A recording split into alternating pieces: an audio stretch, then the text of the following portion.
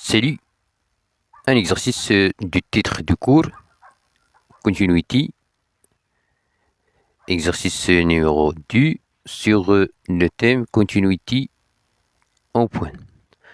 Soit if une fonction définie par f de x égale sinus pi de x sur x moins 1, x différente n, f de n égale a par définition. Question, trouver la valeur de a pour que f soit continu en n.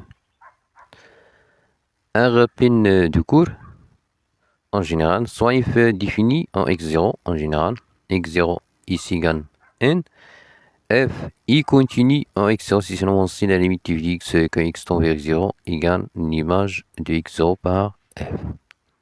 Alors, f i continue en 1 si seulement si a égale la limite du sinus pi de x sur x quand x tend vers n.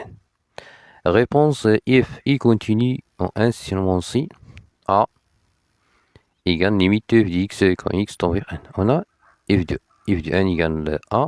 Alors on calcule la limite de x quand x tend vers n. Applique limite de x quand x tend vers n égale limite sinus pi de x sur x moins 1 quand x tend vers n. Calcul direct, on trouve une forme de limite, forme indéterminée 0 sur 0.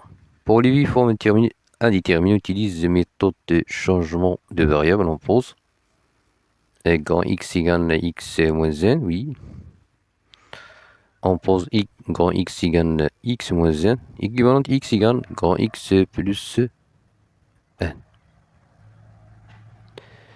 Quand x tend vers n, implique grand x tend vers 0.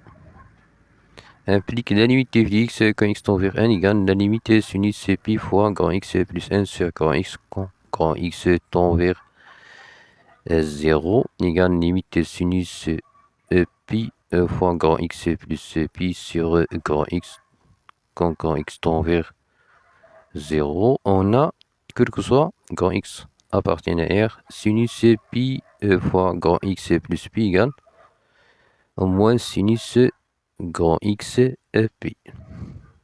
Applique limite de x quand x tend vers n égale limite moins sinus pi grand x sur grand x quand grand x tend vers 0.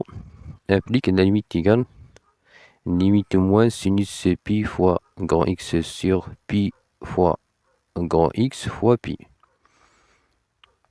Fois pi soit au numérateur et au dénominateur. Quand grand x tend vers 0, on a limite sinus pi fois grand x sur pi fois grand x quand grand x tend vers 0 égale la limite égale n. Alors limite de x quand x tend vers n égale moins pi, moins 1 fois pi moins pi. Donc f est continu en 1 si seulement si la valeur de a égale moins pi. Merci de votre attention, à bientôt.